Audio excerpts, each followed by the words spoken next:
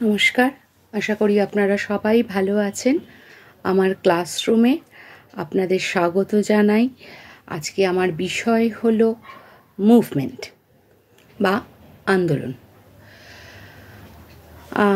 Movement কথাটা এসেছে English word, যে মুভমেন্টটা আমরা বলছি, হ্যাঁ, সেটা এসেছে ফ্রেঞ্চ ভার্ব মুভিয়ার থেকে, যার মানে হলো টু মুভ, অর্থাৎ করতে হবে, নড়তে হবে, কোনো একটা বিষয়ের উদ্দেশ্যে নড়তে হবে। তাহলে এবার আসি একটু স্পেসিফিক্যালি, অর্থাৎ কি movement means a series of activities and endeavours of a body of persons for a social object.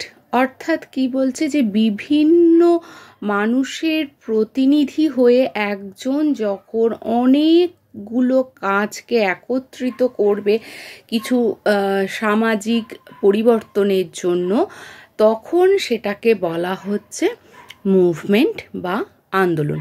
এক্ষেত্রে কিন্তু অনেকে থাকতে পারেন, কিন্তু নেতৃত্ব দেবেন একজনই। এবার আসি মুভমেন্টের টাইপ। আমরা ছোটোবেলা থেকে বিভিন্ন রকম আন্দোলনের কথা পড়েছি, দেখেছি, হ্যাঁ, বিভিন্ন সময় সে ইতিহাসে তো পড়েইছি, তাছাড়া নিজেরাও অনেক আন্দোলন ছোট ছোট করে দেখে এসছি। তো সেই আন্দোলনগুলোকে একসাথে যদি আমরা করি, তাহলে আমাদের একটু বুঝতে অসুবিধে হবে যে কোনটা কী ধরনের আন্দোলন।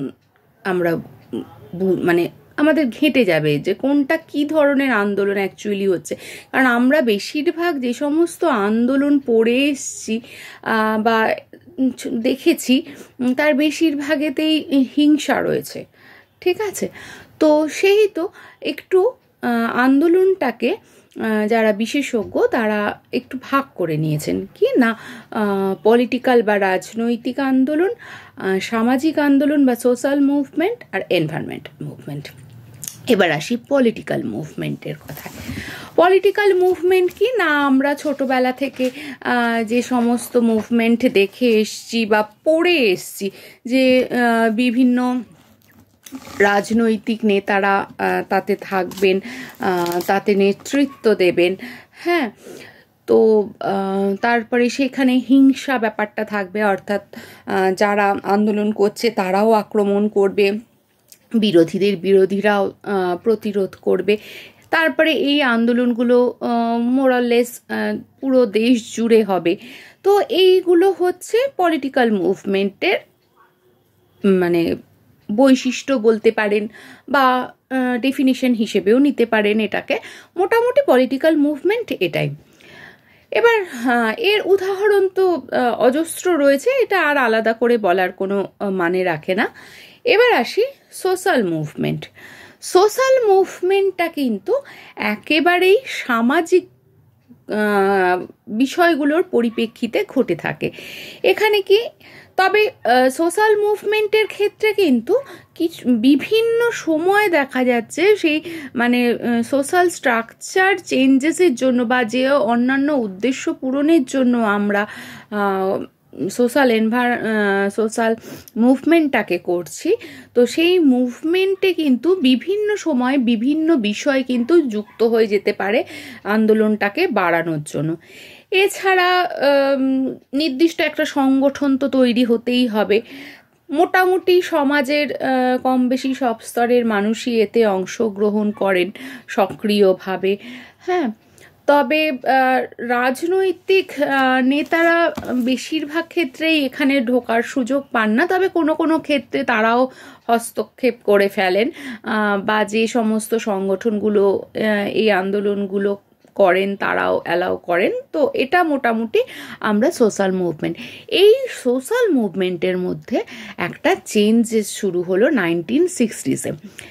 যেটাকে আমরা বলতে পারি NSM বা নিউ সোশ্যাল মুভমেন্ট। সেখানে কি হচ্ছে, সেখানে বলছে যে আমরা এতদিন যেটা জানতাম যে মুভমেন্ট মানেই একটা হিংসাত্মক ব্যাপার থাকবে, সেটা যারা করছে আন্দোলন তারা করুক বা বিপরীত দল থেকে আসুক, তো বিপরীত দলের কাজ তো নিয়ন্ত্রণ আমাদের থাকবে না। তো যারা আন্দোলন করবে তাদের উদ্দেশ্য থাকবে অহিংস আন্দোলন করা। বিপরীত দল কি করবে তার তো তাদের ব্যাপার। তো যারা আন্দোলন করবে তারা অহিংসার মতবাদের সাথে আন্দোলনটা করবে। নেক্সট যেটা হচ্ছে, কোনো পলিটিক্যাল পার্টিসিপেশন এখানে অ্যালাউড নয়, অর্থাৎ কোনো রাজনৈতিক নেতৃত্ব বা রাজনৈতিক ব্যক্তি এর মধ্যে ঢুকতে পারবেন না, ঠিক আছে। নেক্সট যেটা হচ্ছে যে direct action through civil ডিসওবিডিয়েন্সেস are generally made. Next সাপোর্টাররা হচ্ছে new middle class. New middle class বলতে কি বোঝাচ্ছে? নিউ মিডল ক্লাস হচ্ছে যে সেই সমস্ত শ্রেণী যারা আমরা অর্থনৈতিক বিচারে হয়তো উচ্চ, মধ্য, নিম্ন তিনটে ভাগ করে ফেলি, তার মধ্যে মধ্যবিত্ত যাদের বলি তাদের একটা শ্রেণী কিন্তু বেশ উচ্চ শিক্ষিত হয়ে ওঠেন এবং সেক্ষেত্রে তাদের জীবনযাত্রা, তাদের চিন্তাভাবনার জায়গাটাও অন্য রকম হয়ে থাকে। তো সেই ক্ষেত্রে তাদের নিয়ে কিন্তু হচ্ছে যে নিউ মিডল ক্লাসটাকে গঠিত হয়। তো এই নিউ মিডল ক্লাস কিন্তু বেশিরভাগ ক্ষেত্রে এতে অংশ দেয় বা নেতৃত্ব দেন। তো অবশ্যই একটা অর্গানাইজেশন তো এক্ষেত্রে তৈরি হবেই। এক্ষেত্রে একটা উল্লেখযোগ্য বিষয় একটু বলি যে এই যে নিউ সোশ্যাল মুভমেন্টটা কিন্তু একটা বিশেষ জিনিসের বা বিশেষ বার্তা দিল, সেটা হচ্ছে নিউ পলিটিক্স। নিউ পলিটিক্স কি না, নিউ পলিটিক্সের উদ্দেশ্য হচ্ছে যে স্ট্রাকচারাল অ্যান্ড কালচারাল ট্রান্সফরমেশন, অর্থাৎ গঠনমূলক এবং সংস্কৃতিমূলক পরিবর্তন আনবেন। অর্থাৎ আপনার আন্দোলনের উদ্দেশ্য যাই থাক না কেন, সেক্ষেত্রে সমাজের সংস্কৃতিকে বেটার অবস্থায় নিয়ে যেতে হবে এবং গঠনগত দিক থেকেও সমাজকে বেটার জায়গাতে নিয়ে যেতে হবে। তো এই তো গেল সামাজিক আন্দোলন বা সোশ্যাল মুভমেন্টের কথা। এবার একদম সোজা চলে আসি এনভায়রনমেন্টাল মুভমেন্ট। এনভায়রনমেন্টাল মুভমেন্টের ক্ষেত্রে বিষয়গুলো কি কি? অবভিয়াসলি পরিবেশের সমস্যার কারণেই মুভমেন্টগুলো তৈরি হবে।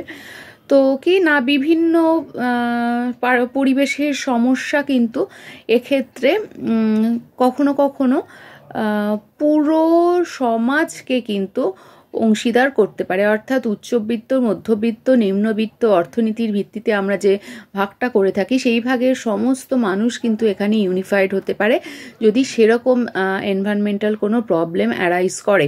অর্থাৎ কিনা ধরুন জল দূষণ, আমরা কেউ পানীয় জল পাচ্ছি না, এয়ার পলিউশন, আমরা কোনো বিশুদ্ধ বায়ু পাচ্ছি না, সেক্ষেত্রে কিন্তু একেবারে সবাই এক্ষেত্রে ঝাঁপিয়ে পড়েন। 2 নম্বর বিষয়টা হচ্ছে যে it may be sectional class movement. কখনো কখনো দেখা যেতে পারে যে সমাজের আংশিক মানুষ এটাতে অংশগ্রহণ করছে আর বাকিরা সেভাবে করছে না, অর্থাৎ বাকিদের ওই বিষয়টাতে হয়তো ইন্টারেস্ট গ্রো করছে না। নেক্সট আসি, আমার আগের ভিডিওতেও আমি বলেছি, একটু দেখবেন আগের ভিডিওটা, যেখানে পরিবেশবাদ অর্থাৎ এনভায়রনমেন্টালিজম নিয়ে কথা বলা হচ্ছে। তো সেখানে আমি বলেছি যে পরিবেশবাদ দুটো, একটা হচ্ছে ওয়েস্টার্ন, অর্থাৎ যারা কাছে পরিবেশ মানে শুধু পরিবেশ, আর ভারত এবং সেরকম তৃতীয় বিশ্বের যে দেশগুলো আছে তাদের সাথে কিন্তু পরিবেশ, সোশ্যাল এবং ইকোনমিক ইস্যু যুক্ত থাকলে তবেই কিন্তু মুভমেন্টটা কিন্তু গড়ে ওঠে। অর্থাৎ আমাদের যে সমস্ত মুভমেন্ট, এনভায়রনমেন্টাল মুভমেন্ট রয়েছে, সেগুলো সব কিছুরই কিন্তু মানে সবগুলোরই ভেতরে লুকায়িত রয়েছে কিন্তু সোশ্যাল এবং ইকোনমিক ইস্যুগুলো। আচ্ছা, এবার চলে আসি যে কখনো কখনো আবার দেখা যাচ্ছে যে এনভায়রনমেন্টাল ইস্যুগুলো নিয়ে যখন আমরা মুভমেন্ট করছি বা আন্দোলন করছি, তখনই দেখা যাচ্ছে নিজেদের মধ্যেই অনেক সময় বিতর্কের সৃষ্টি হচ্ছে, অর্থাৎ ক্লাস কন্ট্রাডিক্ট করে যাচ্ছে, অর্থাৎ লোয়ার ক্লাস আর মিডিল ক্লাসের মধ্যে কন্ট্রাডিকশন তৈরি হচ্ছে। সেটা কীরকম না, যারা ধরুন মধ্যবিত্ত তারা বলছেন যে না, এই চেঞ্জেসগুলো আসা দরকার। আবার যারা নিম্নবিত্ত তারা বলছেন না, কোনো দরকার নেই বাবা, যেরম আছি সেরম থাক। হ্যাঁ, তার কারণ কি, কীরকম একটু উদাহরণ দিয়ে বলি। যেমন ধরুন একটা কারখানা তৈরি হলো, কারখানা থেকে হয়তো ভীষণ রকম দূষিত ধোঁয়া বেরোচ্ছে, যেটা আমাদের স্বাস্থ্যের পক্ষে ভীষণ রকম ক্ষতিকর বিষয় একটা। সেটা যে মধ্যবিত্ত শ্রেণীরা বলছেন, যারা হয়তো ওই কারখানার ওপর ডিপেন্ডেন্ট নন, তারা বলছেন এই কারখানা এখান থেকে তুলে দাও। কিন্তু যারা আবার এই কারখানার ওপর ডিপেন্ডেন্ট, অর্থাৎ এখানে চাকরি করছেন, তারা বলছে তুলে দিলে আমরা খাবো কি, সুতরাং এটাকে তোলা যাবে না বাবা, একটু শ্বাসকষ্ট হোক, একটু শরীর খারাপ হোক, ওটা অ্যাডজাস্ট করে নেবো, কিন্তু নিজের রোজগারের জায়গায় ক্ষতি করব না। তো এক্ষেত্রে কিন্তু পরিবেশীয় আন্দোলনে একটা প্রবলেম তৈরি হয়ে যায়, অর্থাৎ নিজেদের মধ্যেই একটা বিতর্কের জায়গা সৃষ্টি হয়ে যায়। তার ফলে এটাকে এই আন্দোলন কিন্তু টিকিয়ে রাখাটা খুব মুশকিল হয়ে যায়। নেক্সট প্রবলেম, নেক্সট বৈশিষ্ট্য যেটা আমরা বলতে পারি আমাদের ক্ষেত্রে হয়ে থাকে, সেটা হচ্ছে যে বিভিন্ন স্বেচ্ছাসেবী সংস্থা আসেন এবং তারা এই বিষয়টাতে নেতৃত্ব দেন। কখনো আমরা সেটা মানি, কখনো মানি না। তার ফলে দেখা যায় যে অনেক সময় আন্দোলনটা লোকালাইজড বা স্থানীয় স্তরে হয়ে থাকে। হ্যাঁ, সমস্ত দেশের মানুষ বা সমস্ত রাজ্যের মানুষ কিন্তু এতে পার্টিসিপেট আমরা করি না, কারণ আমাদের ওই যে আগেই বললাম যে যতক্ষণ না আমাদের সামাজিক এবং অর্থনৈতিক প্রবলেম তৈরি হচ্ছে, ততক্ষণ আমাদের কাছে এটা কোনো ম্যাটার করে না, কারণ এনভায়রনমেন্টটা আমাদের কাছে বিলাসিতা। আমি আগেও বলেছি, আবারও বলছি, এই সচেতনতার জায়গাটা তো আমাদের এখনও আসেনি। নেক্সট যেটা বলবো সেটা হচ্ছে যে এক্ষেত্রে কিন্তু ওই নিউ সোশ্যাল মুভমেন্টের মতো কোনো পলিটিক্যাল ইন্টারফিয়ারেন্স কিন্তু গ্রাহ্য হয় না, অর্থাৎ কোনো রাজনৈতিক নেতা বা কোনো মানুষ এসে কিন্তু এই আন্দোলনকে অধিগ্রহণ করতে পারেন না বা পারবেন না। এগুলো হলো পুরো এনভায়রনমেন্টাল মুভমেন্টের বৈশিষ্ট্য।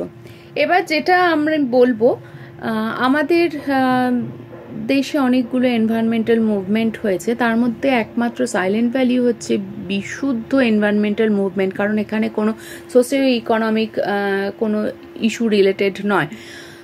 তো যে এবার আরেকটু বলি, যেটা হচ্ছে যে আমাদের একটু সচেতনতা বাড়াতে হবে।